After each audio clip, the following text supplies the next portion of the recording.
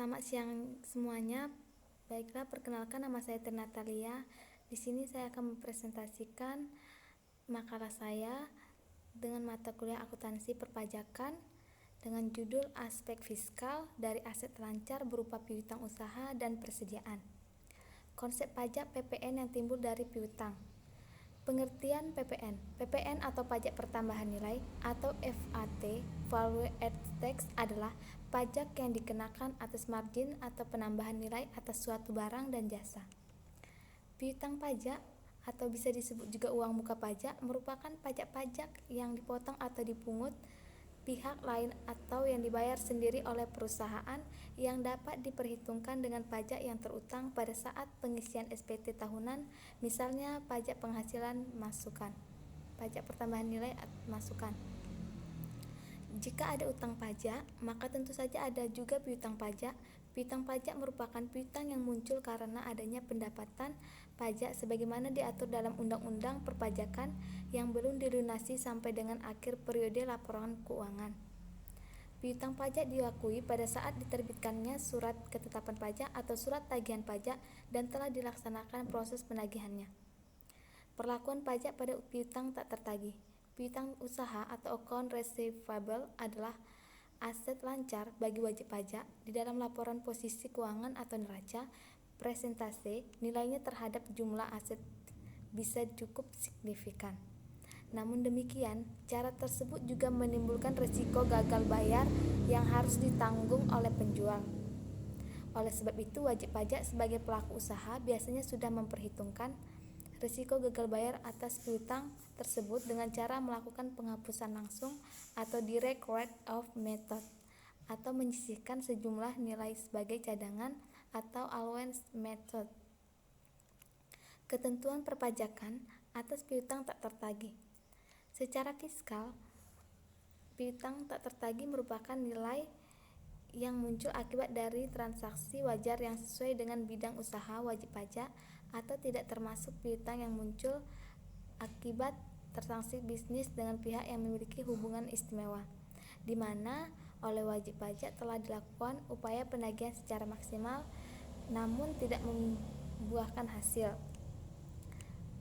Pembebanan secara komersial atas piutang tak tertagih oleh wajib pajak merupakan objek rekonsiliasi fiskal sebelum menentukan penghasilan kena pajak. Untuk beban piutang tak tertagih sendiri pada prinsipnya tidak menjadi soal bagi ketentuan perpajakan, sepanjang nilai beban piutang tak tertagih yang diperoleh adalah nilai yang dipastikan tidak dapat lagi tertagih dan tidak lagi mengandung nilai yang kemungkinan masih dapat dibayar oleh debitur.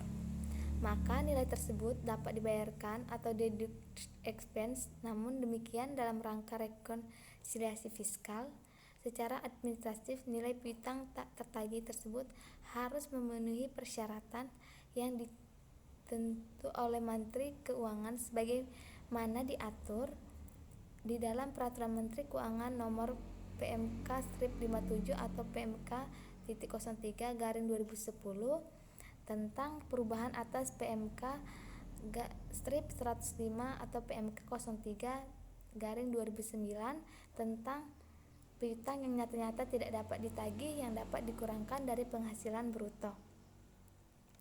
Apabila wajib pajak dapat membuktikan bahwa pembebanan piutang tidak tertagih telah memenuhi persyaratan secara konsepsional atau tidak lagi mengandung unsur penyisihan dan menunjukkan bukti pendukung persyaratan, maka beban piutang tak tertagih boleh dikurangkan dari laba kotor sesuai dengan amanat pasal 6 ayat 1 huruf H Undang-Undang Nomor 36 Tahun 2008 tentang pajak penghasilan.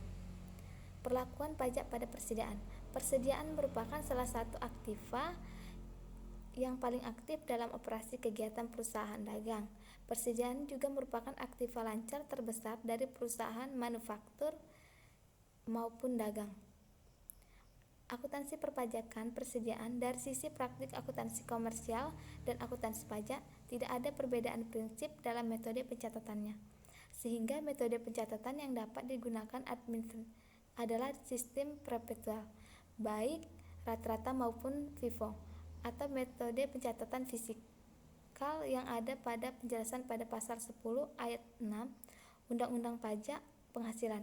Namun demikian, mengacu pada pasal 10 ayat 6 Undang-Undang Pajak Penghasilan tersebut bahwa persediaan dan pemakaian persediaan untuk menghitung harga pokok dinilai berdasarkan harga perolehan dan average.